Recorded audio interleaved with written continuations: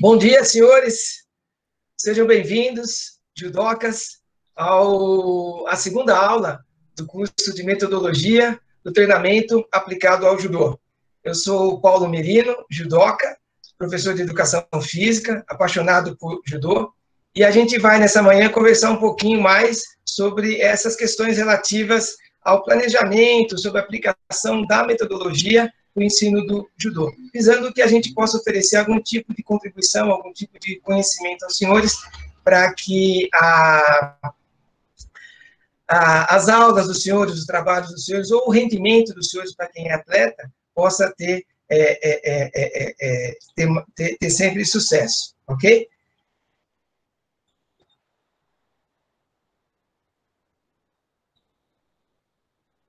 Só um segundo. Então, eu vou...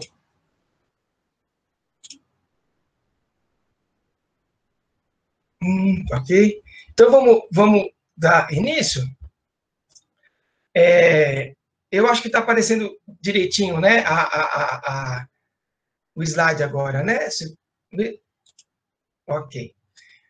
Vamos lá, senhores, a gente entra, então, na segunda aula, e antes de começar na parte objetiva, né, dos assuntos, eu vou precisar dar alguns avisos.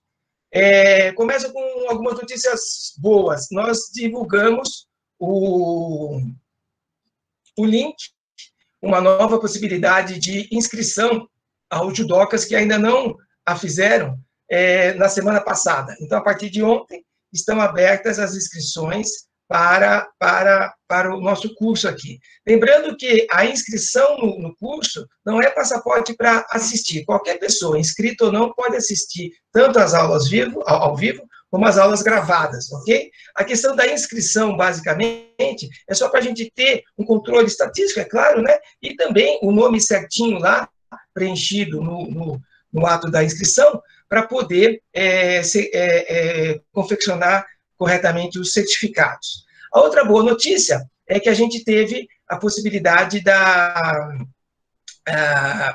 de disponibilizar o vídeo da aula 1, o vídeo da aula gravada segunda-feira, que está com uma qualidade de imagem e de som excelente e vai, então, facilitar, tendo em vista que o disponibilizado no YouTube ontem está com um problema de som, de áudio, né? E esse vídeo da aula de ontem vai ser disponibilizado hoje, a partir das 12 horas, no mais tardar. Tá? Então, quem não viu o vídeo antigo ainda, da aula 1, eu sugiro que aguarde um pouco para poder ver essa nova versão com melhores informações, ok? Mais um aviso sobre lista de presença. Eu divulguei embaixo do vídeo de ontem, o vídeo que está com som ruim, lá no canal T-Princess, a lista de presença. Vários já foram preenchendo. E eu vou transferir esse link da lista de presença para um vídeo novo que vai ser publicado hoje, ok? E a nossa intenção assim que terminarmos a aula de hoje, ou no finalzinho dela, a gente já disponibilizar a lista de presença, tá bem? Senhores, não se preocupem com a lista de presença. Se ela demorar 1 hora, 2, ou até quase um dia para sair, fiquem tranquilos, porque a gente vai ter ainda 14 dias ou mais para poder preencher. Lembrando aos senhores que a gente faz essa aula ao vivo, ela é gravada, depois ela sobe para o YouTube e fica disponibilizada para qualquer pessoa assistir por um prazo aí de 15 dias, e para assistir lá em qualquer horário e qualquer dia, ou seja, e revê-la também quantas vezes quiser, né? Então, são comodidades, facilidades que a tecnologia nos passa. E o certificado vai ser confeccionado a todos os inscritos, que, obviamente, preencheram as listas de presença das respectivas 5 aulas assistidas, ok? E última notícia que eu quero passar para os senhores, na verdade, é a penúltima, que foi sugerido na semana para nós a possibilidade de fazer um bate-papo na semana que vem de perguntas e respostas.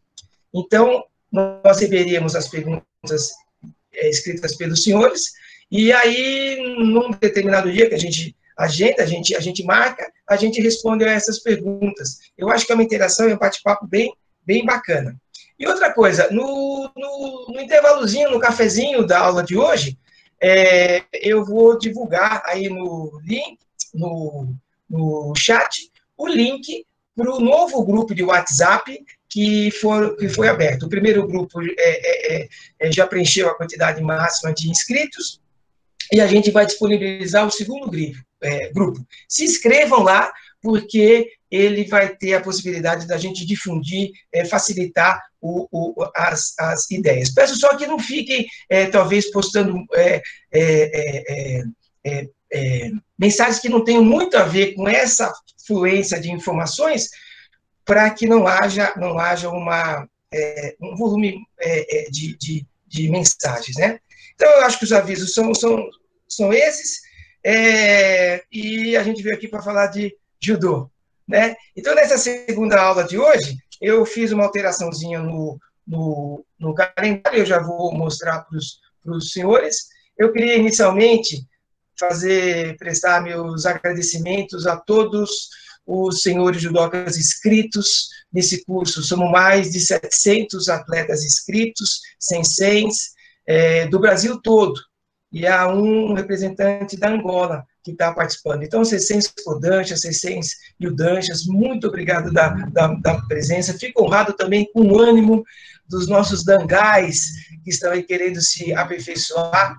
Meu carinho especial aos paratletas judocas, ou com deficiência visual, ou com algum tipo de comprometimento, algum tipo de situação que nos faz que nos dá ânimo para a gente continuar a nossa jornada, né? Comentei que são mais de 700 judocas inscritos, e eu queria prestar uma homenagem, como eu comentei ontem, ao Felipe Rosário Bueno, que foi eu posso dizer, um amigão que tornou possível estarmos aqui juntos hoje. Então, os meus sinceros agradecimentos ao Felipe Rosário Bueno, que me deu uma assessoria fantástica nessa área de TI, ok?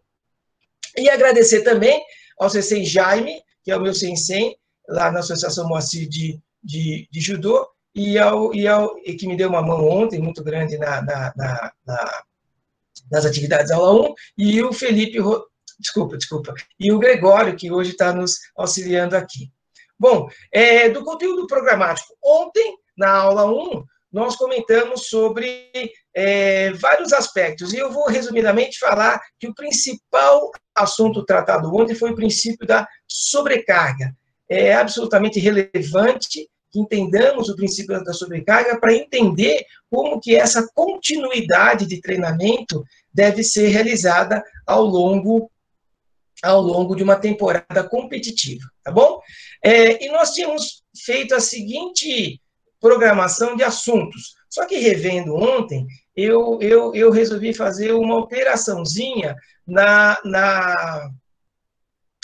programação. E aí, os assuntos que nós vamos tratar ficam dispostos da seguinte forma agora, ó. Hoje a gente vai falar sobre periodização. Periodização. Como que a gente consegue, qual a proposta que se tem para que os treinos fiquem dispostos ao longo de uma temporada competitiva. Depois, na aula 3, eu vou falar sobre os princípios da especificidade, as cargas de esforço e critérios para a dosagem da carga de esforço. Depois a gente vai falar sobre as montagens, na aula 4, dos treinos anuais. Essa aula 4, ela é muito importante, ela é muito vasta, e, obviamente, eu não conseguirei terminá-la no período de 1h30. Então, se por acaso faltar algum assunto da aula 4, a gente consegue botar na aula 5, que vai ser cujo assunto principal, a temática principal, serão os assuntos relativos às capacidades físicas exigidas pelo judô, ok? Então, na aula de hoje, no bate-papo de hoje, desculpa, a gente vai falar um pouco sobre periodização. Mas antes, vamos recapitular um pouco o que a gente comentou ontem, ok? A gente falou sobre o princípio da sobrecarga, né? Que é básico, é elementar quando a gente pensa em elaboração de treinos. Então, se eu tiver um tempo, aqui pode ser semanas, pode ser dias, podem ser meses, ok? E aqui seria o nível de aptidão física, de desgaste do meu atleta. Então, eu submeto esse meu atleta, nós vimos ontem, a um treinamento, uma determinada e pré-programada característica de carga, né? Se vai ser muito pesado, mais leve, e o meu atleta vai responder com um desgaste. Esse desgaste vai ser sucedido de uma recuperação, e depois eu vou aplicar um próximo treino que vai ter um desgaste e uma recuperação, e depois vai ter um outro treino que vai ter um desgaste e uma recuperação. Nós vimos ontem, eu tenho algumas possibilidades de programação de treino. Então, treinador, optei, nós falamos isso na aula passada, no bate-papo da aula 1, que eu, treinador, posso planejar a aula de acordo, devo planejar a aula de acordo com os objetivos que eu tenho. E no caso que eu estou passando para os senhores aqui, eu estou planejando que haja um acúmulo progressivo de rendimento do meu atleta. Então, essas cargas são cargas de média para forte intensidade ou volume, tá? Só que quando chegar nesse quarto treino, por exemplo, eu dou uma carguinha menor, uma carguinha leve. Essa carguinha leve vai orientar uma recuperação. Eu sigo com 3 ou 4 cargas leves, cujo desgaste dessas cargas é menor e a recuperação é maior, de forma que eu consiga ter um pouco de desgaste ao longo dos primeiros dias e uma recuperação nos demais dias, certo? E aí, se eu repetir isso na semana seguinte, eu vou ter basicamente o quê?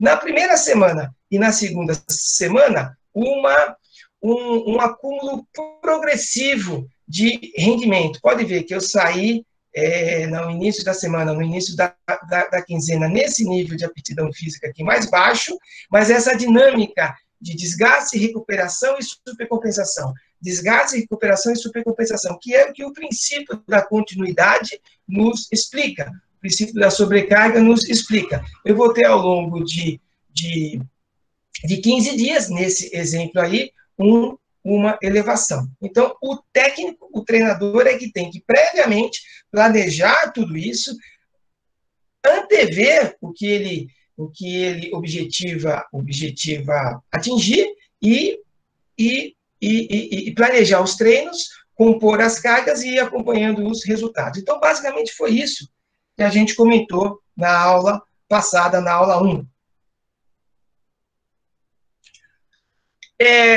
E hoje, na aula de ontem, eu falei um pouquinho sobre treinamento. Então, a gente abordou o judô infantil, o judô adaptado, o judô de veteranos e o judô competitivo. Na aula de hoje, embora eu fale sobre periodização, eu vou falar o judô de alto nível, o judô competitivo de alto nível, vai ficar um pouquinho fora do meu escopo, vai ficar um pouquinho fora dos meus objetivos, e os senhores vão entender por quê. Mas eu até posso usar, e devo usar essa sistemática de periodização para o judô competitivo. Mas reforço, o judô competitivo de alto nível usa um outro tipo de periodização. Eu vou comentar isso ao longo da aula. Então, hoje eu vou focar mais em judô infantil, em judô adaptado, em judô veterano, e vou restringir um pouco a aplicabilidade desses conhecimentos meus para o judô competitivo de alto rendimento, ok? Então, vamos começar a falar de periodização. Antes de começar a definir, eu queria mostrar para os senhores uma questão só. Existem vários livros, até ontem comentários, a gente poderia sugerir alguma literatura, né? Existem vários livros, vários autores que tratam disso, ok? Eu cito o professor Estélio Dantas, tem livros didáticos muito, muito relevantes, o professor Antônio Carlos Gomes tem vários livros, o professor Emerson Franchini tem livros excepcionais sobre o assunto e diversos outros autores que falam sobre esse fenômeno, essa metodologia chamada periodização, ok? E só para a gente se situar, eu estou trazendo aqui, ó, vocês conseguem ver, o livro Periodização do Tutor Bompa. Pode ver, é um livro bem extenso que ele fala sobre periodização. Então, o que nós passarmos hoje aqui sobre periodização, na verdade, é uma pontinha do iceberg. Quem gostar do assunto, e eu duvido alguém que for judoca, que gosta de treinar, que gosta de competir, não se apaixonar por esse assunto que a gente vai falar agora. Mas, isso aqui, o papo de hoje, é uma estimulação, ok? Quem quiser realmente adotar essa metodologia, tem que buscar mais informações complementares às que eu vou passar aqui hoje, ok? E se eu puder estar ao alcance para auxiliar, eu fico muito satisfeito. Vamos lá. O que é periodização? Periodização, como a gente está podendo ver aí, é o planejamento geral e detalhado do tempo disponível para treinamento, para a competição e para a recuperação. Então, periodização é um planejamento que vai me dar a oportunidade de ter um tempo para treinar, aumentar a minha forma desportiva, vai destinar um tempo para eu competir na minha melhor forma e também vai me proporcionar um tempo para eu me recuperar. Eu já vou até adiantando, essa palavra recuperação é muito importante. Não dá para um atleta terminar uma temporada competitiva e iniciar outra temporada lesionado. Ah, mas não dá para parar para treinar? Dá. A periodização reserva um período, uma época do ano, para se recuperar física e mentalmente. Mas a gente vai falar mais sobre isso. Tudo isso de acordo com os objetivos traçados e visando, obviamente, tudo isso foca para o máximo desempenho, para o máximo rendimento do atleta na competição alvo. Periodização é um planejamento que visa a treinar, competir e se recuperar, ok? Tendo como objetivo principal o melhor rendimento do atleta. Essa é uma definição do Stélio Dantas. Então, vamos detalhar um pouquinho só os objetivos da periodização. A periodização vai nos estabelecer alguns prognósticos de performance. Então, antes de começar o treinamento no dojo, a comissão técnica se reúne e faz o planejamento. Antes de começar o treino, aqui começa o treino. Antes de começar o treino, a comissão técnica se reúne. Analisa calendário, analisa como foi o desempenho da equipe no ano passado, analisa as possibilidades dos atletas, quem está mudando de categoria, analisa questões logísticas, será que precisa pintar o dojo, será que precisa reformar, analisa questões financeiras, né? Vamos ter verba para comprar kimoninho para todo mundo, comprar faixa, como é que vai ser? E propõe um calendário para ser executado ao longo do ano. E parte desse calendário eu vou tentar apresentar na aula 4, tá bom? Já para criar o gancho lá para a próxima aula. O outro objetivo da periodização, sendo mais detalhado agora, é desenvolver, como eu disse, o treinamento para a obtenção da forma desportiva. Isso será atingido numa parte da periodização chamada período preparatório. Outro grande objetivo, como eu comentei, da periodização é organizar as cargas, o treinamento, os conteúdos, para atingir o máximo de performance numa determinada época. Então, vai haver um período, meses, semanas, conforme for, na periodização, que a gente chama de período competitivo. Período preparatório, desenvolver a forma desportiva. Período competitivo, participar de competições. E a última parte delas tem a finalidade de orientar a redução de estímulos de treino, chamado período de transição, que foi esse que eu comentei anteriormente, que visa a recuperação de lesões e tem outras finalidades também. Ok? Então, vamos começar aqui por uma definição, por uma apresentação muito simples, né? De uma metodologia de periodização que ela foi elaborada, foi proposta por um pesquisador russo chamado Matveyev.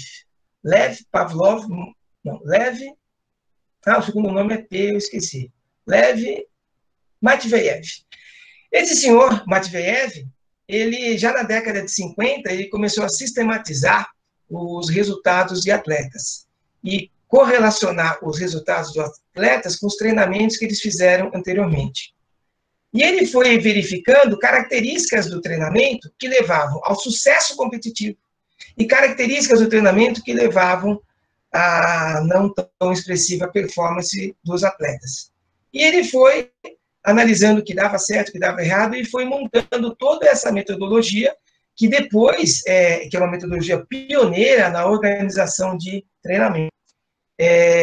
E foi utilizada durante muitos anos, tanto que os russos foram, essa escola soviética, né, de esporte, teve uma qualidade muito grande. Depois, essa metodologia do Matveyev foi aperfeiçoada para alguns grupos, tá bom? Essas aperfeiçoações, essas novas metodologias, eu não vou conseguir abordar hoje, mas elas têm origem na periodização de Matveyev.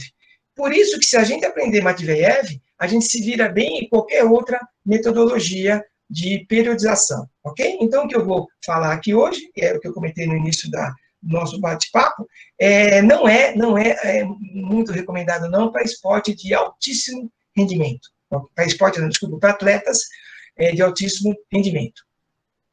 Então, o que a gente tem aqui? Nessa primeira linha aqui, eu vou ter os meses. Nesse caso, exemplificado do mês 1 até o mês 12. Eu não estou falando que é janeiro, fevereiro. Esse meu calendário pode começar em março, pode começar em abril, tá bom? Talvez os senhores aí, com o término da pandemia, coloquem o início da sua periodização a partir do término da pandemia. Então, o primeiro mês aqui não é janeiro, o primeiro mês é o mês que começar, pode ser qualquer um. Então, é o mês 1, mês 2, mês 3, e aqui eu boto um exemplo de 12 meses de treinamento, ok? Esse tempo, esse período de 12 meses, ele está, obviamente, demarcado.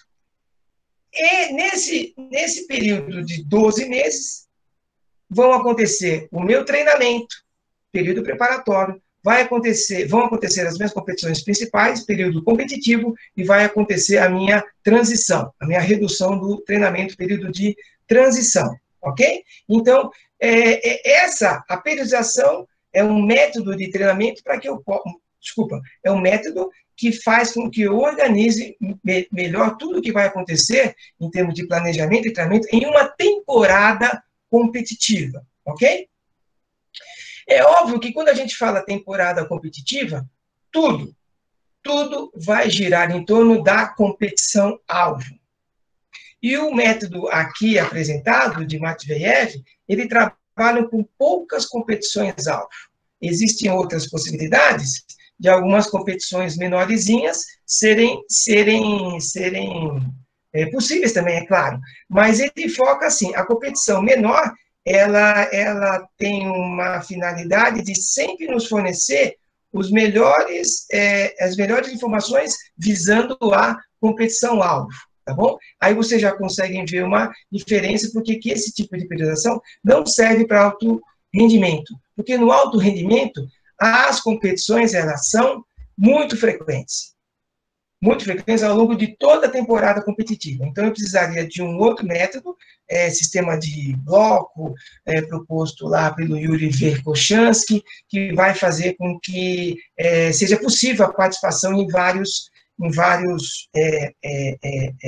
competições ao longo da temporada. Mas, reforço, quem entender a periodização de Matveyev faz as outras facilmente, se adapta facilmente às outras. E esse tipo de periodização do Matveyev é a melhor periodização para quem está lidando com formação, para quem está lidando com adolescentes, para quem está lidando com adultos jovens, ok? Depois, se quiser partir, a partir dos 18, 19, 20 anos para periodização em bloco, essa mais especializada para grupo de alto nível, pode. Mas para quem quer desenvolver atleta, para que no futuro sejam grandes como competidores, Matveev é a melhor opção.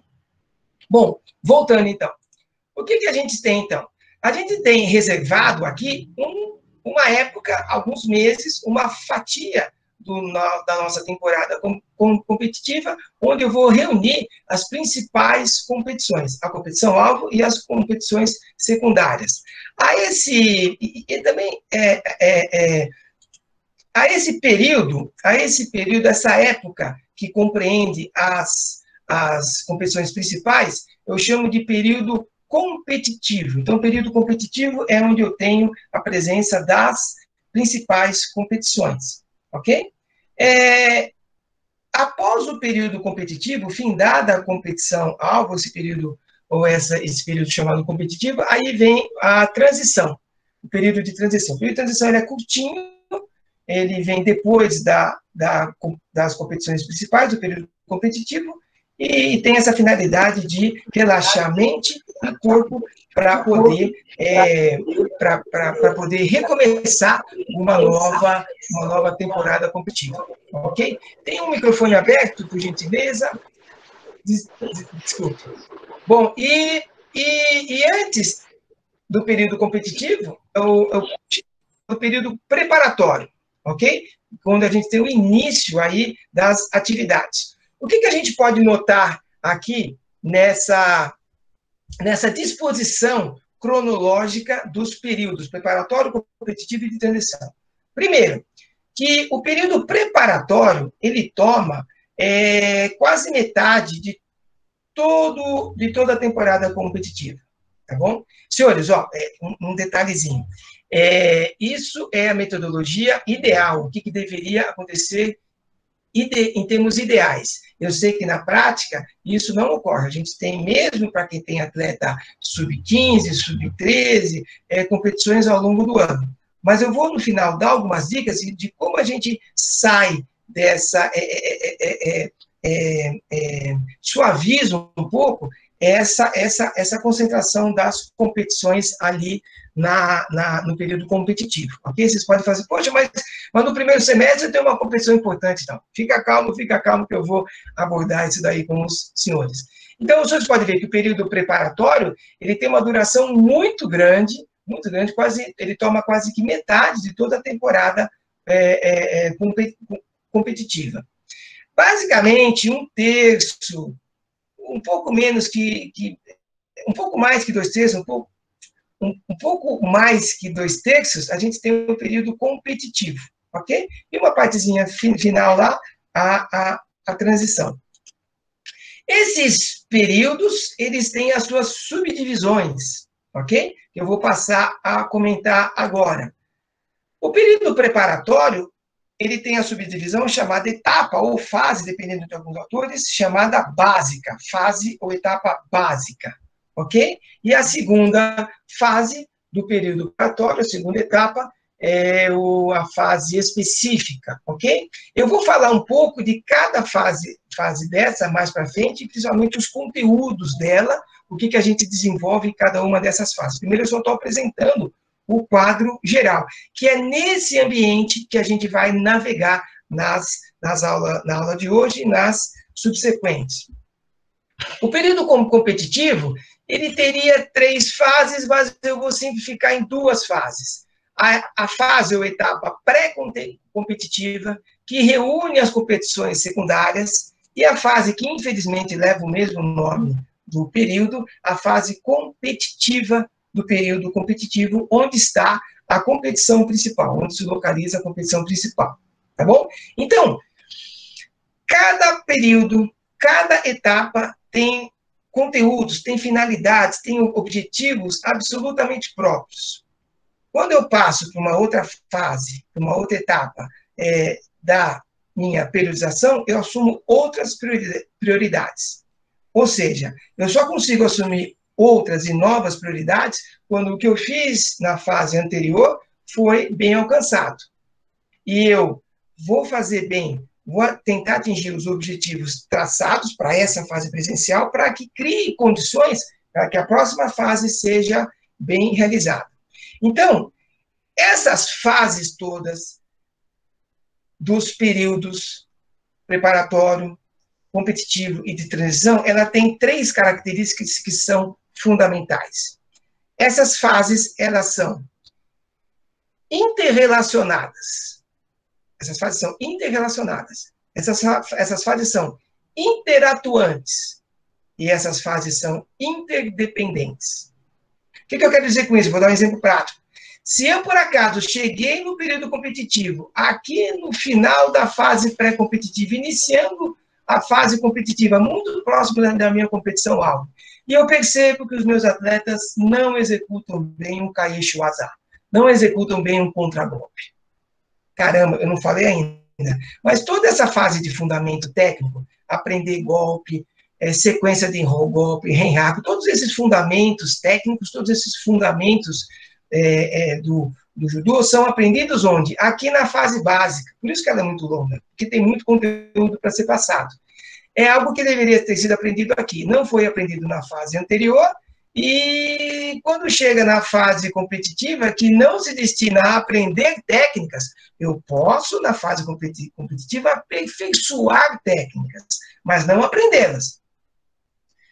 Eu fiz com que essas fases não fossem interrelacionadas, interdependentes e interatuantes. Perceberam? Então, o que eu trabalho numa fase base, chão, edificador do que vai ser desenvolvido na próxima fase, ok? Isso é muito importante.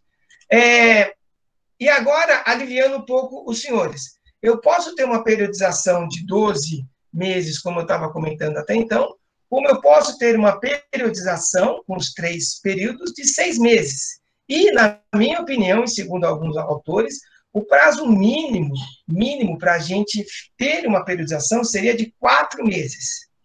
Ok? Então, eu estou com uma competição-alvo para daqui 4 meses, ou a partir disso, 5, 6 meses. Ok? Eu consigo aplicar essa metodologia da periodização para que eu tenha um período de treinamento, de elevação da forma competitiva, aqui no período preparatório, eu tenho um período competitivo e tenho uma transição. Com menos de 3 meses, você pode fazer qualquer coisa parecida com periodização, mas não será periodização. Por exemplo, tem uma competição para daqui a 1 mês. Eu estou fora de forma e eu vou periodizar esse 1 mês de treinamento. Todo esse esforço que o senhor vai fazer é muito digno do esforço, mas pode chamar de qualquer coisa menos periodização. Pode falar treinamento orientado, pode falar, porque a periodização exige uma fase de preparação, uma fase competitiva, uma fase de transição. É uma adaptação da metodologia de periodização, ok? Bom, eu comentei na aula de hoje, ontem, quais são os fatores fundamentais do treinamento que levam ao sucesso competitivo. Vocês se recordam? São 4. Na base deles está a preparação física, ok? A preparação física é aquela preocupação, são todos os conhecimentos que a gente tem para que as capacidades físicas do esporte sejam desenvolvidas, ok? Então, eu estou falando de flexibilidade, estou falando de velocidade, estou falando de força explosiva, coordenação motora, equilíbrio, né? Capacidades metabólicas e capacidades neuromotoras. Quando o judoca tem essa aptidão física já bem desenvolvida, aparece o segundo nível de preparação, que é a preparação técnica. A preparação técnica é o atleta dominar e ter maestria do fundamento desportivo. Qual que é o fundamento do judô? São as técnicas, são compostas pelas imobilizações, compostas pelo tucuruazá dele, né, o golpe predileto, as variações, ou seja, tudo isso é preparação técnica, é o fundamento do judô, como o judô se manifesta, ok? Dominar um bom kumikata, tudo isso é técnica.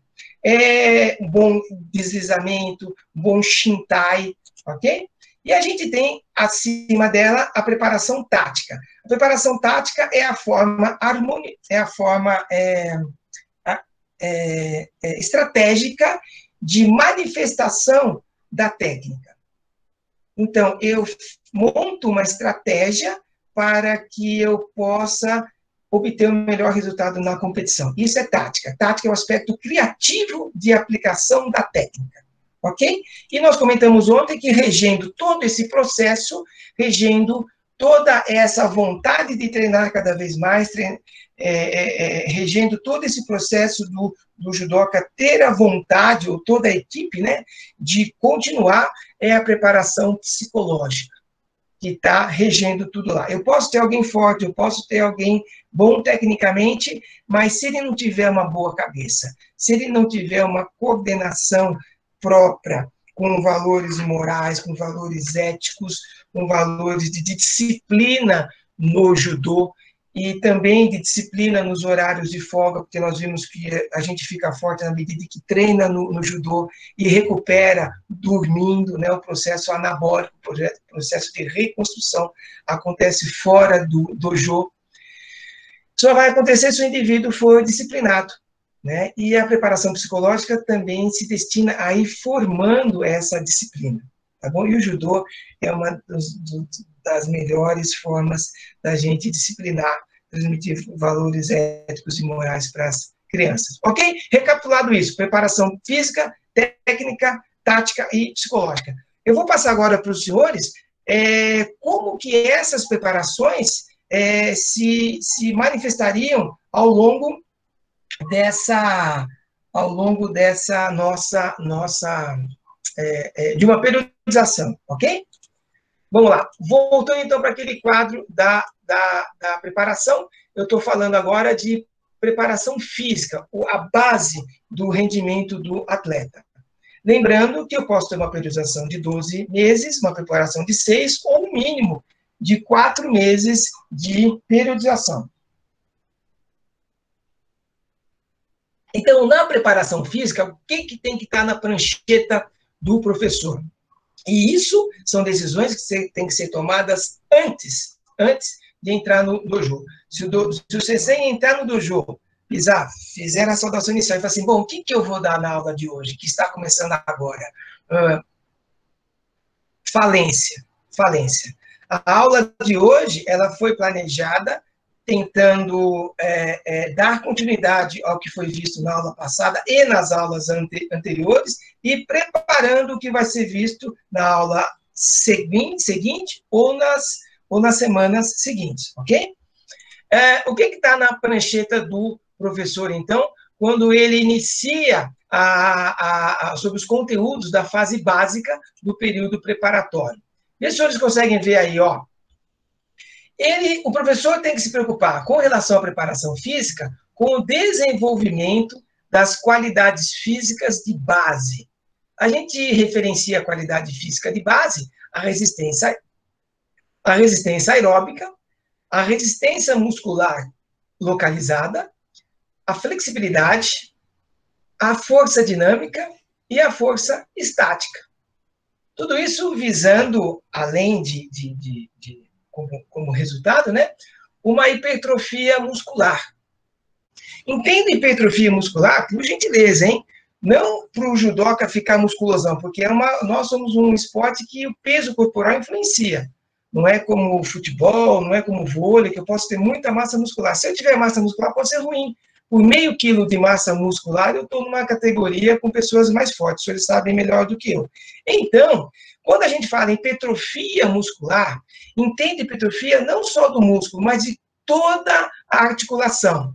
Quando eu faço, por exemplo, os exercícios de resistência muscular localizada, RML, de braço, de abdominal, de dorsal, de membros inferiores, eu estou fazendo com que todo o músculo trabalhe, o tendão trabalhe, os ligamentos trabalhem, toda a cápsula articular, líquido sinovial, tudo isso trabalhe e se fortaleça.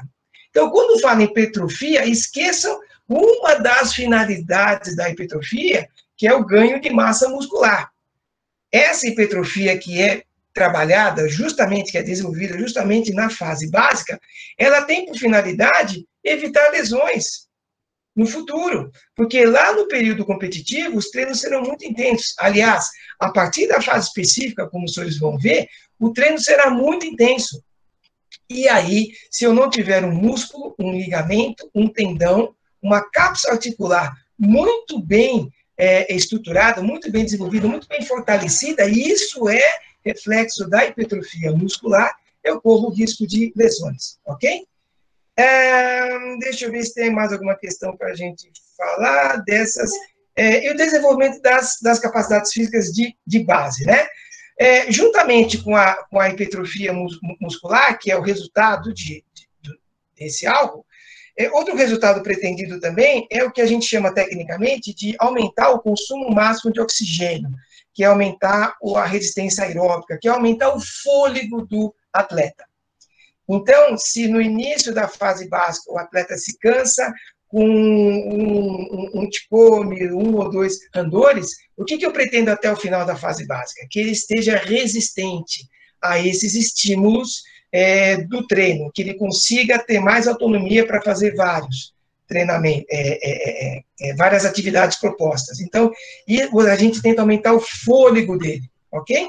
E tudo isso é resultado da resistência aeróbica. Eu vou evitar alguns termos técnicos, eu sei que há muitos professores de educação física presentes aqui, mas eu acho que a maioria não tem essa formação técnica, então eu vou evitar alguns termos técnicos, ok? Se for o caso nas perguntas, a gente fica um pouquinho mais, com uma linguagem mais técnica. Quando eu penso agora, ou planejo as atividades da fase específica, o que tem que estar na prancheta do professor? O desenvolvimento de qualidades físicas ou capacidades físicas específicas do judô. Por exemplo, força explosiva, resistência anaeróbica, velocidade de deslocamento, agilidade, ok? E uma das finalidades coadjuvantes aí, mas não menos importantes, é a manutenção das qualidades físicas de base que foram desenvolvidas na etapa anterior. Então, nessa fase específica, eu tenho uma prioridade e também tenho que cuidar para que as capacidades físicas anteriores não se percam, ok? Então, nessa fase específica, nessa etapa específica, eu vou ter uma característica do movimento é que ele vai ser sempre muito mais rápido, sempre muito mais intenso, vai exigir muito mais do atleta, ok? E esses aspectos, por quê? Porque a velocidade é a bola da vez dessa fase específica, ok? Mas lembrem que a passagem de uma fase para outra, ela não é uma fronteira, elas vão se misturando. Quando eu estou terminando a fase básica, eu já começo a dar alguns estímulos de velocidade.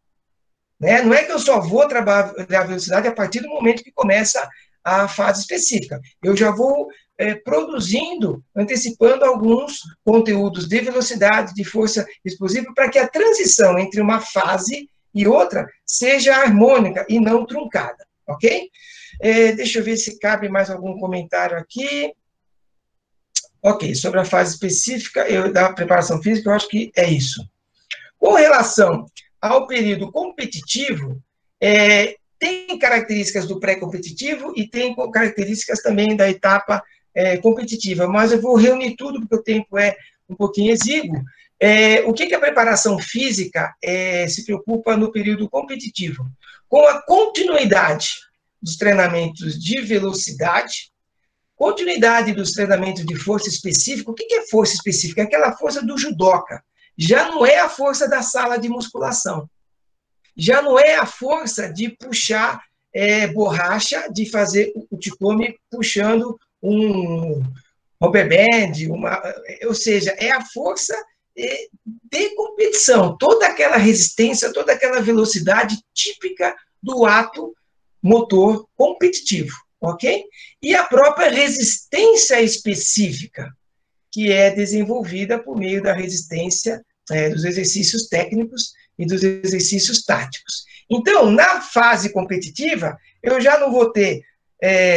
eu posso até fazer flexão de braço abdominal para aquecer, mas se eu quiser ganhar força ou dar continuidade à força enquanto estiver no período competitivo, essa força vai ser feita com o ticome com resistência. Algum companheiro segura o quê? E o tori faz com muita velocidade e com muita força. Então, eu já estou fora da sala de musculação. Por que eu estou falando isso? Porque nós não vimos ainda o princípio da especificidade ainda, tá? À medida que eu vou caminhando rumo à competição-alvo, os exercícios ficam mais parecidos com o que eu pretendo acontecer lá na competição, ter o desempenho lá na competição. Mas isso é feito paulatinamente, ok? Então, lembrem que essas fases todas, todas essas fases e períodos, eles são interdependentes, interrelacionados e interatuantes. Se o meu atleta, no período competitivo, for fazer um Chikome com resistência ou muito rápido, e eu pretendi fazer 5 séries e tantas repetições, e o meu atleta está cansando na segunda série, e ainda restam 3 e ele não aguenta mais, é porque faltou resistência básica para ele, que deveria ter sido desenvolvida lá na fase básica do período preparatório. Alguém comentou, me chamou? Alguma coisa? Não? Ok, eu achei que o Gregório tivesse me perguntado alguma coisa. Ok. Senhores, agora com relação à preparação técnico-tática, aí para ganhar tempo eu estou juntando as duas, ok? A preparação técnico-tática, o que tem que estar presente na prancheta do professor?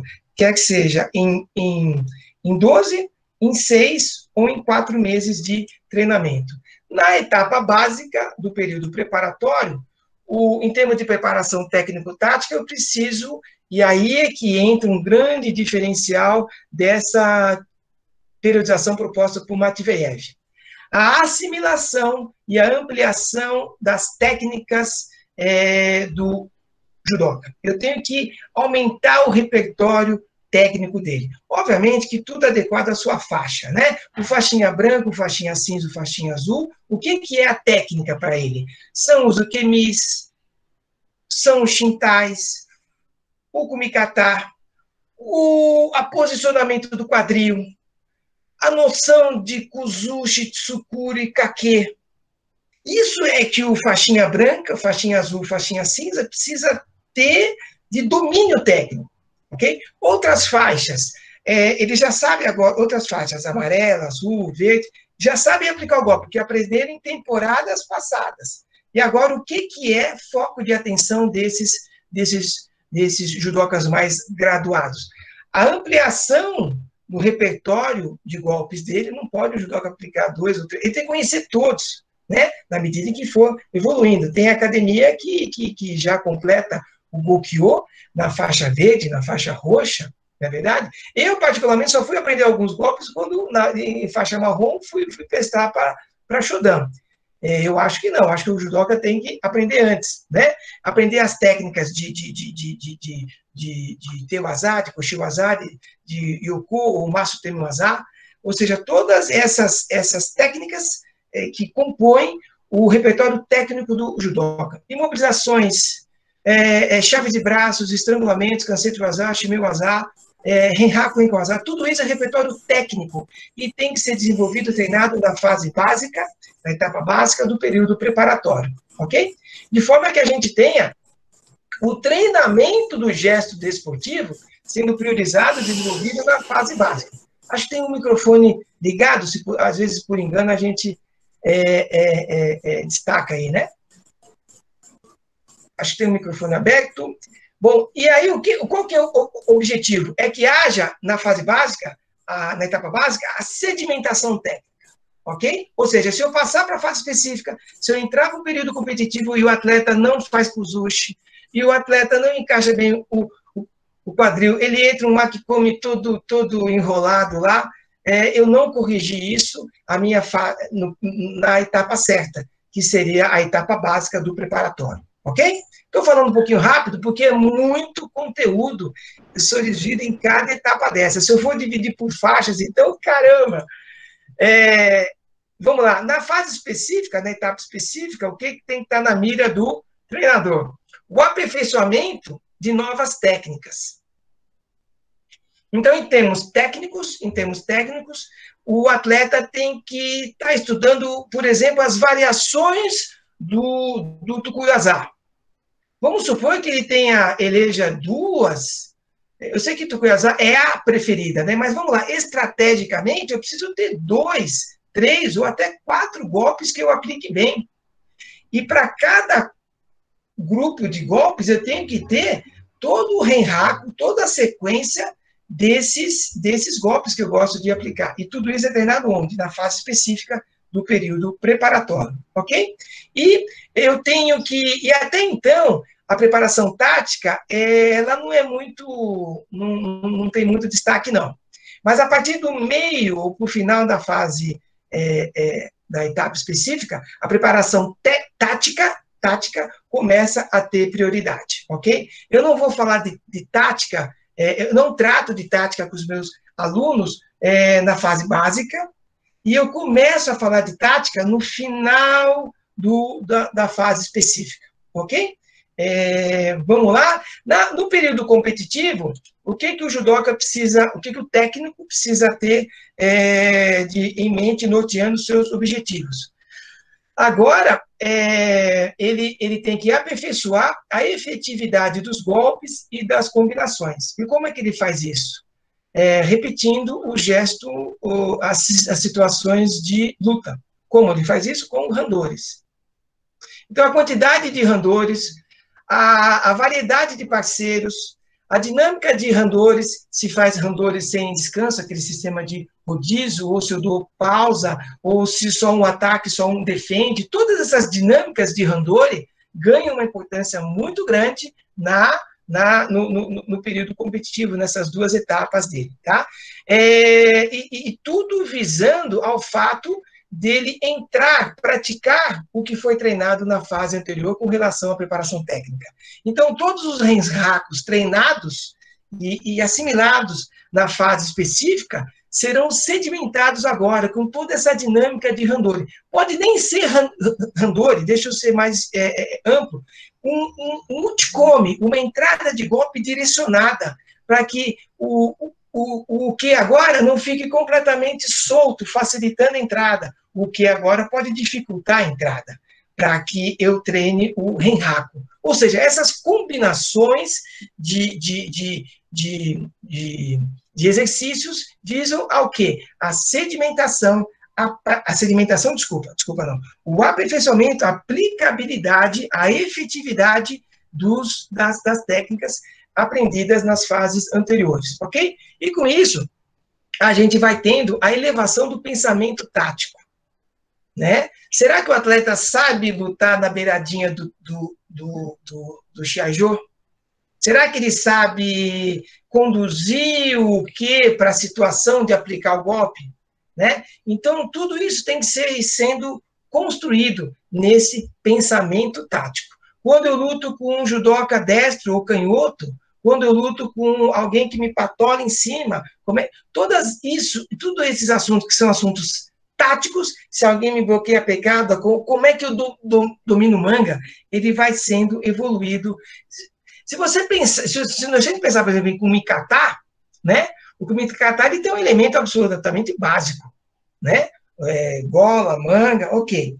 Pode ser muito treinado lá na fase básica. Pulo para específica, eu começo a ver as variações. Escorrego a manga para a gola, para descer a movimentação. E como lutar com canhoto, como lutar com destro, como melhorar o meu Kumikata, pode ser desenvolvido em treinos de Kumikata, ok? Vamos lá, é muita coisa para falar, desculpe de estar falando um pouquinho rápido. E a preparação psicológica em 12, 6 ou em 4 meses de duração de uma periodização, ela tem a seguinte finalidade na etapa básica. Veja bem, essa preparação psicológica, ela pode ser feita tanto por um psicólogo, que faz parte da comissão técnica, como o que eu acho que acontece na maioria das vezes, que o CECEM é o psicólogo, é o preparador físico, é o tesoureiro, é quem trabalha com assuntos jurídicos e administrativos da academia. É isso mesmo que acontece na academia dos senhores? Então, eu tenho certeza que o psicólogo vai trabalhar essas capacidades com mais propriedade. Óbvio, porque ele foi formado para isso. Mas o CECEM precisa ter noção, caso ele não tenha esse apoio profissional, de como as coisas podem ser conduzidas nessa preparação psicológica, que é não menos importante que as demais. Então, vamos lá.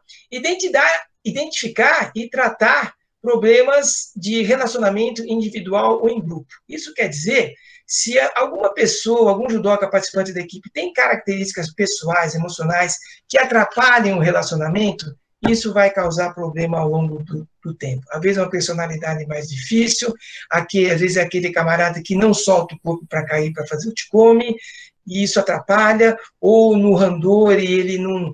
Ele passa por cima de todo mundo, até machuca, tudo isso precisa ser, é uma característica que precisa ser conduzida, essa energia toda dele conduzida para um lado legal. Aumento das capacidades de suportar as cargas de trabalho. Me cansei, Zecen, não aguento mais, tal. E a gente vai, não, vamos lá, vamos filme e tal. Dando provas para ele de que o treinamento é algo crônico, ninguém nasce pronto, né? É um processo de conquista. E diminuir os problemas de relacionamento. Por quê? Porque a fase seguinte, a fase específica que nós vamos ver aqui, os treinos serão mais intensos, eles serão judocas mais exigidos. E se a gente tiver esses problemas de relacionamento, eles tendem a se exacerbar quando a situação ficar mais apertada. Na fase, apertada não, o treinamento fica mais exigente. Na fase específica, na etapa específica do período preparatório, lembra que os treinamentos serão mais intensos, né? Muita velocidade, muita força explosiva, né? E o que o CCM precisa se preocupar? Com o desenvolvimento da capacidade competitiva, o desenvolvimento dessa capacidade técnica. O que é desenvolvimento da capacidade competitiva? Eu fiz na semana passada e no mês passado, falando só de um exemplo meu, a participação naqueles campeonatos de judô funcional. Eu simulei treinamento em casa, e tal, foi bem bacana. Mas eu simulei treinamento. Quando vai chegando a hora de ligar a câmerazinha, quando o simpático Fossati começa a falar, aí galera, e tal, aí dá frio na barriga. E esse frio na barriga a gente não consegue no treinamento, muitas vezes. Mas veja bem, na fase específica eu vou dando estímulos de.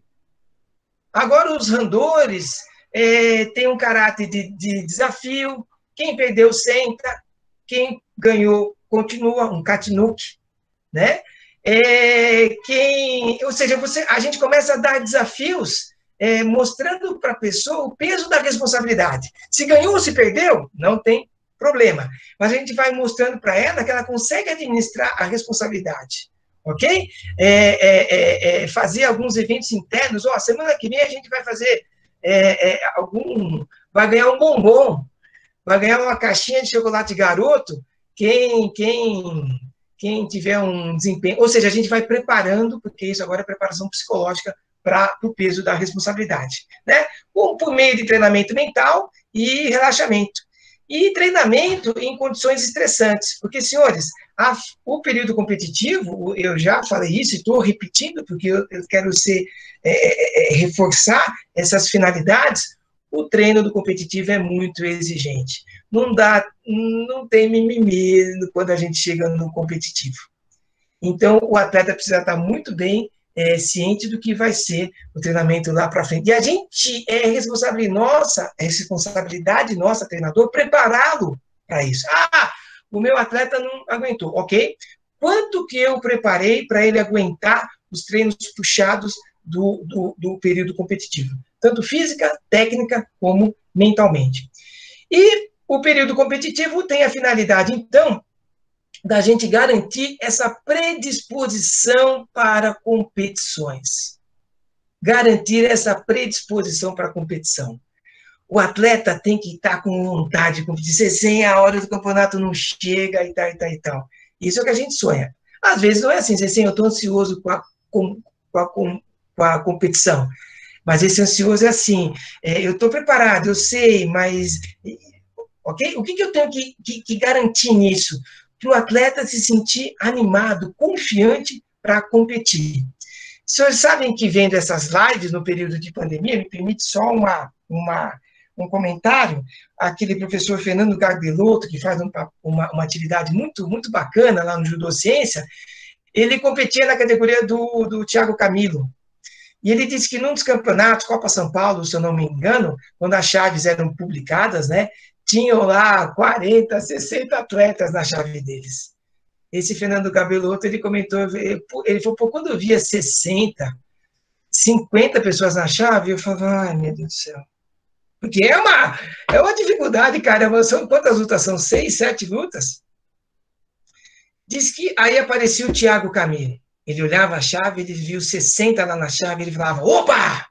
Opa! Olha a diferença da mentalidade de um campeão. O Thiago Camilo é uma pessoa ímpar, é um judoca de conquistas fenomenais, e nem todo mundo vai atingir o que ele atingiu, mas eu queria pegá-lo como modelo, não como meta, não como ideal. Ideal não, desculpa, não estou usando a palavra certa. Não como absoluta referência, mas estou utilizando como referência. Ele entrou para a competição falando, poxa, hoje eu vou entrar aqui para mostrar o meu melhor. Treinei bastante, estou confiante. Olha que mudança de pensamento, ok? E sobre a parte psicológica também, eu queria, 9h20 já, não vamos demorar muito. Sobre a parte psicológica também, eu queria falar uma coisa para os senhores. Na minha época de competição de, então, juvenil, um dos meus principais colegas de tatame, não dá para falar adversário, era o CC Rogério Sampaio. E eu, invariavelmente, perdia para ele. Eu sou nascido em setembro. Então, é a primeira vez que eu estou falando isso, aliás, é a segunda vez na minha vida que eu estou falando isso em público. Naquela época, eu falava assim, eu perco, ou eu perdi, ou hoje eu imagino que eu pensava assim, eu vou perder para o Rogério Sampaio, porque eu sou nascido em setembro. Então, como ele deve ser nascido em 1 de janeiro, ou 2 de janeiro do ano, ele cresceu mais rápido. Quando eu nasci, ele já sabia andar, ele já sabia, e isso foi transferido ao longo...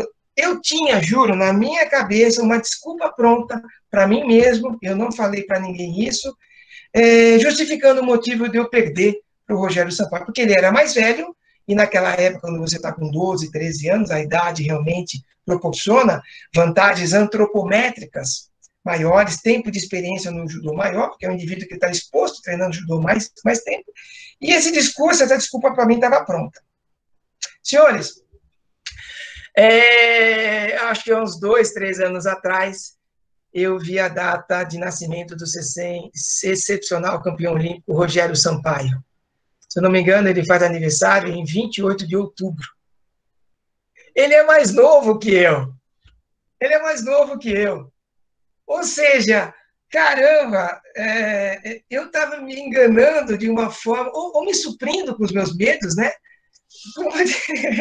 Eu acho que a mensagem ficou passada. Provavelmente, se eu tivesse conversado um pouco mais com o meu CC e tal, eu teria deixado escapar, mas ele é mais velho, ele é mais forte que eu. Peraí, mais velho como? Não, como? E aí e eu teria descoberto que eu sou mais velho que ele. A questão estava que ele desenvolveu judô melhor que eu. Mas isso é para a gente mostrar o que é a questão psicológica. Tá bom? Vamos lá. Eu tinha proposto uma pausa para o café, mas a queda de energia já proporcionou isso para nós, né? Então, vamos lá. Então, senhores, como que eu imagino que a performance de um judoca deva acontecer ao longo de 6, 12 ou 4 meses de duração de uma periodização? Isso que eu estou falando de performance é assim, o que eu espero de resultados dele, né? Em termos, comparando o que ele tem que me apresentar de resultado até a competição. Basicamente, na etapa básica, a evolução competitiva dele vai ser pequena. Se a gente imaginar que aqui na lateral, eu estou apresentando por essa reta aqui, e desculpe os deficientes visuais, eu vou tentar traduzir em palavras esse gráfico aqui, imagina todo o meu potencial competitivo, do meu 0% até o meu 102% que eu posso apresentar desenvolvendo o treinamento. no período preparatório, eu vou atingir praticamente metade, 60% de tudo que eu posso. Por quê? Porque eu estou treinando coisas que não são formalmente exigidas na competição. É uma base, certo? Agora, quando chega no específico, que eu começo a treinar velocidade, que eu começo a treinar potência, que eu começo a treinar as variações de golpe, né? Porque na fase básica eu estou treinando o Chikome, paradinho, muita repetição, tal, eu não evoluo muito. Mas quando chega na fase específica, há um salto de qualidade, há um salto de evolução na performance do judoca, com certeza. Ele sente isso. Ele está mais forte, mais veloz, o corpo está fluindo mais, ok? E aí é que entra a cereja do bolo, que é o período competitivo. Ele demorou, talvez, alguns meses para evoluir 90%, 95%. E aí, senhores, ele vai ficar mais outro grande período, que é todo o período destinado ao período competitivo, para melhorar 5%, 3%. Então, por isso que o judoca precisa ter paciência, o sensei também precisa ter paciência, porque metodologicamente a gente sabe que esses 2%, 3% que falta melhorar, demora para acontecer. Vou citar o exemplo do César Cielo, desculpa aproveitar um exemplo da natação, porque a natação é um esporte que tem a marcação de performance muito objetivamente construída. Quando o César Cielo bateu o recorde mundial, 20 ou 19 segundos, né, na prova dos 50 metros rasos dele, ele treinou 6 meses, de julho até dezembro, para baixar 5 centésimos ou 3 centésimos para bater o recorde mundial dele. Vocês imaginam o que é isso? Treinar 6 meses para baixar 0,3, ou seja, vamos falar 0,03, 3 centésimos do tempo dele. Então, a gente precisa ter paciência, precisa ter perspicácia, precisa ter confiança, porque essa melhoriazinha, ela acontece no período competitivo. E o judoca precisa estar munido dessa paciência, dessa resiliência, desse otimismo, dessa força, dessa capacidade de querer vencer, de se superar. E somos nós, senseis, que fornecemos isso para ele. E se tem atleta aqui que só treina, entre aspas, né, que só treina, eu quero falar só que não ministra aula, o judoca que tem que entender que o processo não é simples, não. O processo é complexo e o processo é árduo. Ok? Vamos para frente, então. Então, terminou, e os senhores podem ver aqui que quando chega nas competições testes, eu posso ter até uma perdazinha de performance, tá? Mas, veja bem, é alto, tá na faixa de 95, 90 e tantos %. Para que quando chegar na competição principal, eu tenha o máximo, ou além do máximo, 102, 103% da minha melhor forma, ok? E advinda, então, a competição principal, findada a competição principal, a gente entra no período preparatório, onde os conteúdos das aulas são melhores feitos, são reduzidos, a carga de treinamento é reduzida, a exigência por resultados é reduzida para dar um descanso para a mente e para o corpo, e essa capacidade reduz. Aqui, desculpe, eu acelerei, eu aumentei um pouquinho isso, viu? Mas se, por exemplo, a gente, essa queda, mas com certeza o período de transição vai ocorrer uma queda do rendimento, ok? E esperando que, ligadinho aqui no período de transição da temporada passada, eu tenha a etapa básica do período preparatório da próxima temporada. O período de transição vai reduzir a minha performance competitiva de forma isso já foi previsto, planejado anteriormente, a terminar num nível de performance superior ao período de performance que eu comecei essa temporada que está findando agora. Se eu termino a temporada igual ou pior do que a temporada passada, essa temporada não cumpriu finalidade. Por quê? Eu tenho que sempre planejar o treinamento ao longo dos anos, Não é verdade? Imagina se eu tiver numa busca aí por um título nacional, eu vou ter que primeiro vencer o regional, depois vencer o estadual que eu tenho. Vencer não, ir bem no estadual, me classificar no estadual, beliscar, ter um bom desempenho estadual, ganhar o estadual, ou seja, é uma caminhada de várias temporadas. Então, se eu conseguir terminar a minha temporada melhor do que eu a comecei, em melhor nível, eu vou ter cumprido a minha finalidade. Fora, obviamente, os resultados objetivos aí, ou qualitativos da, da, da competição-alvo, né? Bom, senhor, e isso, como eu falei, pode ocorrer em 6, em 4 meses ou em 12 meses, né? Senhores, só para a gente ter uma noção, para a gente trazer um pouquinho de alguns fatores objetivos aí na nossa fala de hoje, porque senão fica muito teórico, né? Os senhores sabem, eu falei um pouquinho de capacidade física, fazer de força, de velocidade, na aula 5 a gente vai falar muito sobre elas. Como é que fica o treinamento, o desenvolvimento dessas capacidades físicas do judô ao longo de uma temporada? Os senhores têm ideia?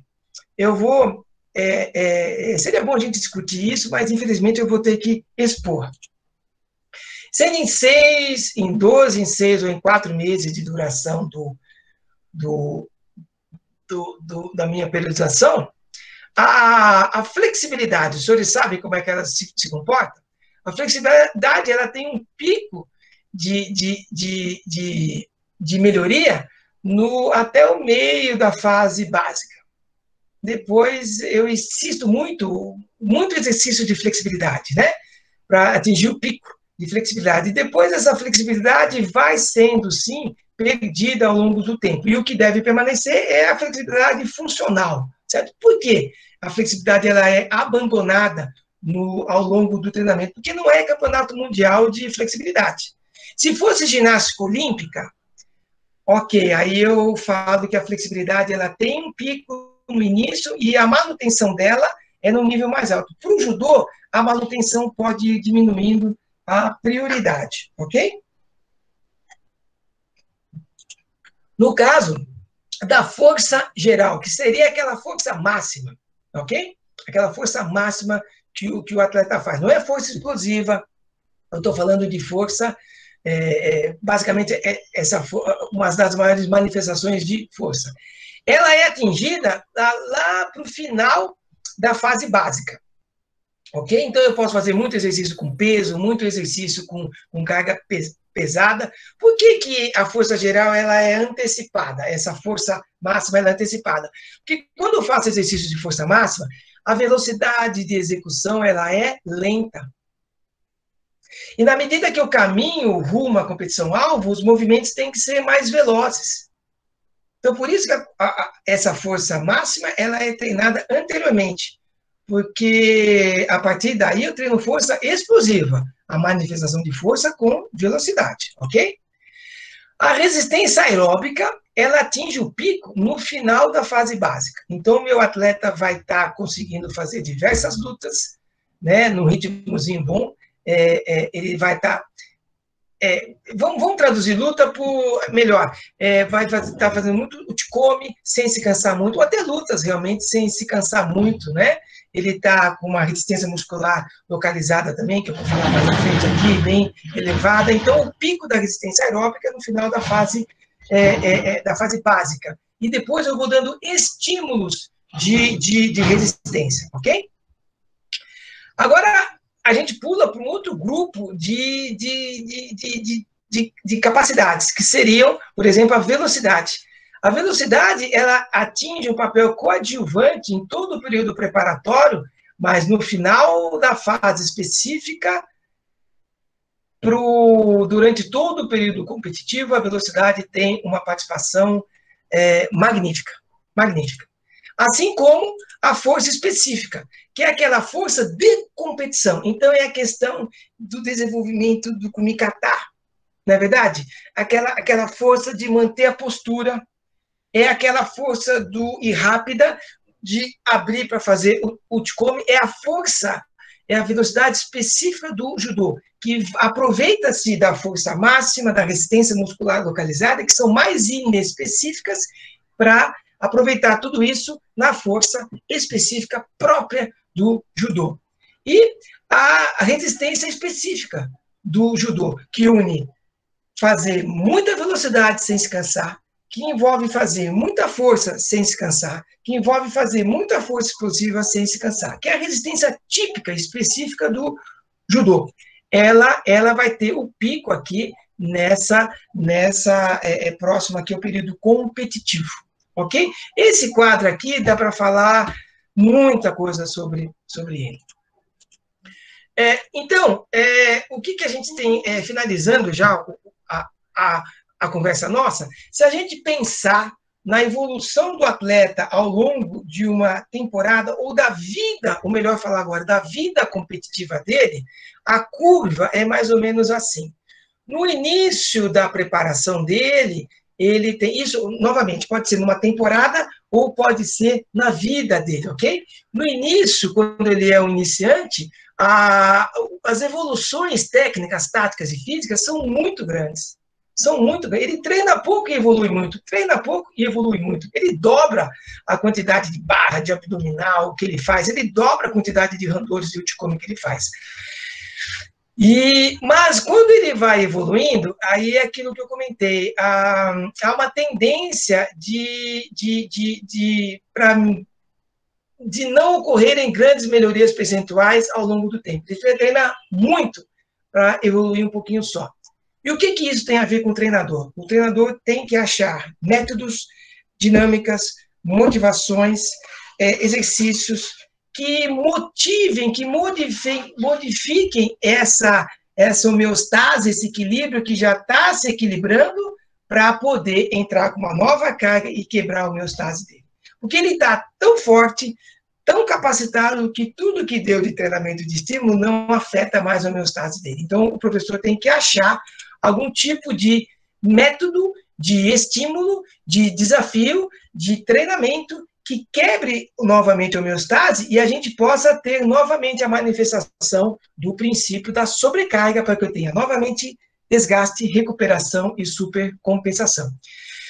Como professor de educação física e educador e sensei, eu falo o seguinte: infelizmente, alguns procuram essa quebra de homeostase nas drogas. Concorda comigo? Quem tomar droga vai ter alguns benefícios ilícitos e prejudiciais à saúde. E ele vai ter uma melhoria, sim. Mas isso é ilícito, isso é antiético, mas eu tenho que comentar. Por exemplo, os recursos ergogênicos já não o são. Né? Se a gente entender bem como é que deve ser uma boa nutrição antes, durante e após o treino, se eu entender como deve ser a ingestão da creatina, um suplemento, consulte um nutricionista, e isso vai fazer com que, talvez o desgaste não aumenta, mas a recuperação vai aumentar, vai melhorar. Então, são recursos que podem ser utilizados além do próprio, ou único exclusivamente, do recurso do dojo. Ok? Implementar, então, recursos, conteúdos, métodos que possibilitem o desenvolvimento da forma competitiva. Ok? Senhores, chegamos aqui, então, no final do bate-papo de hoje, da troca de ideia. É muito assunto. Para quem entrou agora, não. Para quem entrou depois do meu início, no início do bate-papo, eu mostrei esse livro do Tutor Bompa, que ele fala sobre periodização. Olha a Bíblia que isso aqui é. Ok? E se eu for falar de periodização para o judô, dá um outro livro desse tamanho aqui. Então, senhores, esse conteúdo que eu passei hoje, como eu comentei no início, é uma cerejazinha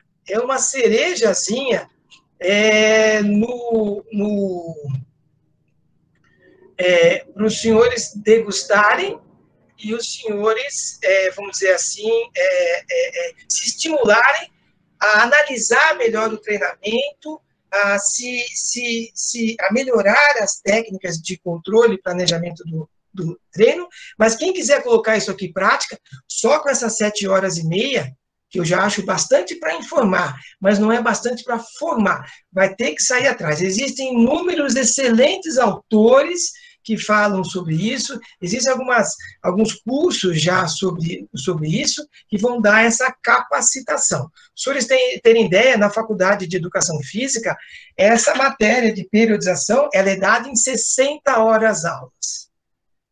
A gente está com 1 hora e meia falando hoje aqui. Então, há muito espaço para crescimento, ok? Senhores, então, com essas minhas palavras, eu findo aqui a minha apresentação. A gente está praticamente chegando ao final desse período de 1 hora e meia deixa eu ver aqui, com essa 1 hora e meia de apresentação, né? E deixa eu findar aqui, espera um pouquinho só.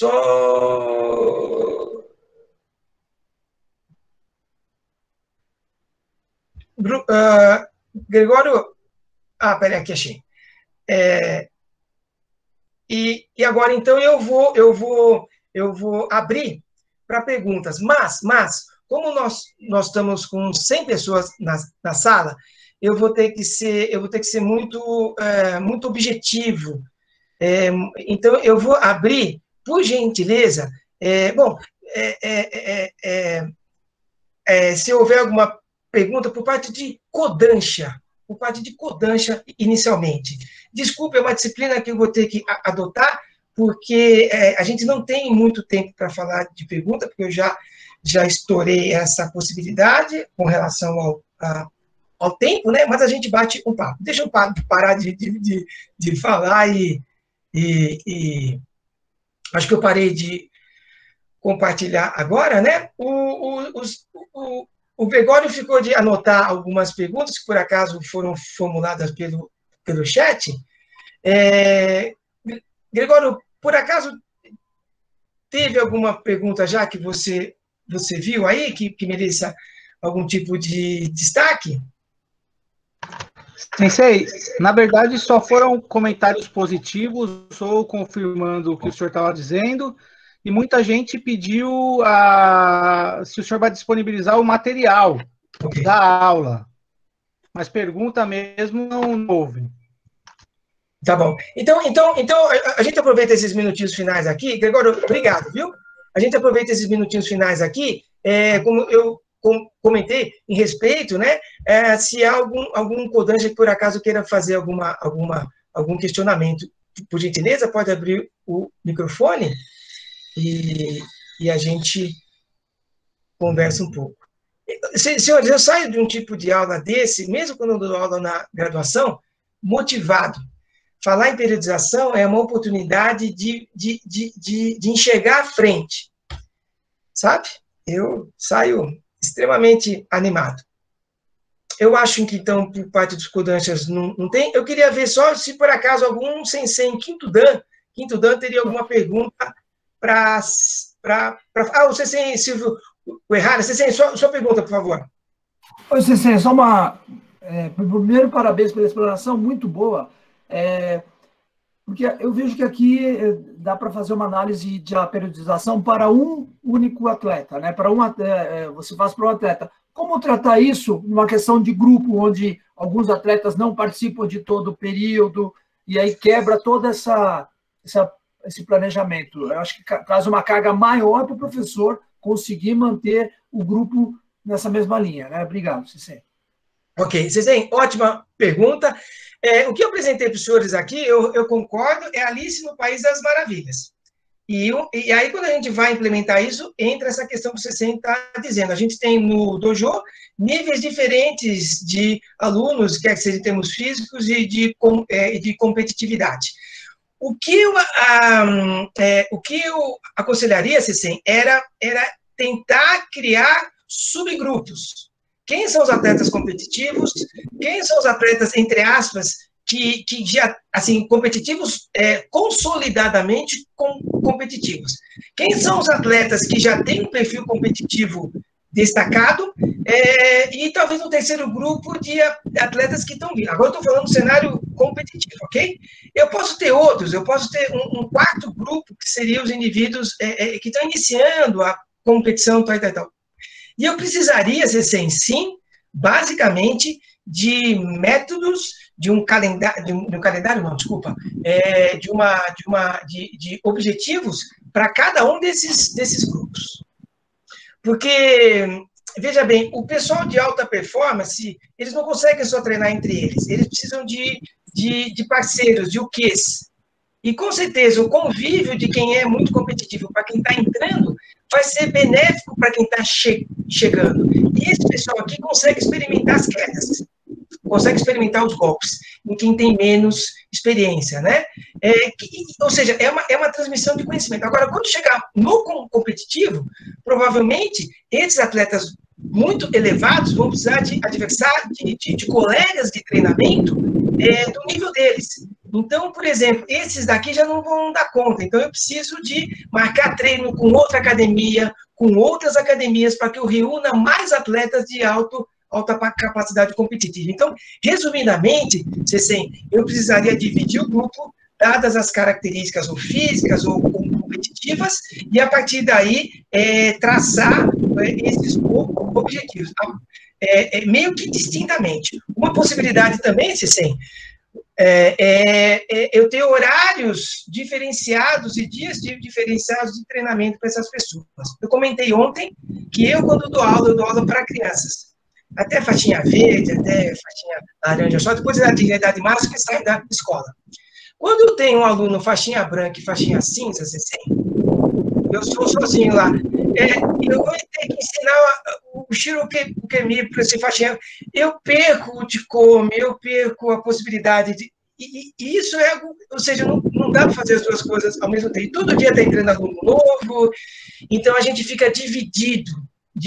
Então, separar horários, separar os grupos, eu acho que é a melhor alternativa, e desenvolver, sim, conteúdos próprios para cada um desses grupos. A preparação de longa temporada, ela não é simples. Reforço. Obrigado pela oportunidade, Cecília. Foi uma excelente pergunta. Obrigado. Eu acho que nesse ponto que entra principalmente o Dita QA no grupo. Né? Sim. Tem que ter esse espírito, né? Um querendo ajudar o outro. E aí tudo saem ganhando. Obrigado, Sensei. Sensei, eu estou tocando uma outra coisa importante. Esse espírito, ele tem que ser estimulado pelo Sensei. Eu sei que tem alguns Sensei que esperam o aluno entender, mas o Sensei tem que ir conduzindo esse caminho. Lembra que a preparação psicológica, a cooperação mútua é um fator da preparação psicológica. O Sensei tem que se preocupar com isso também. Corretamente destacado aí, tá bom? Senhores, só para efeito de vídeo, eu vou fazer eu vou falar que eu estou encerrando aqui, mas a gente continua batendo papo. Então, os senhores não saiam. Quem, por acaso, precisar sair por algum motivo, pode sair. Eu vou só fazer o encerramento do vídeo para que aí a gente pare de gravar e aí a gente continua batendo esse papo. Aí eu fico livre para responder as perguntas, ok? Então, só um segundinho. Eu vou novamente abrir aqui.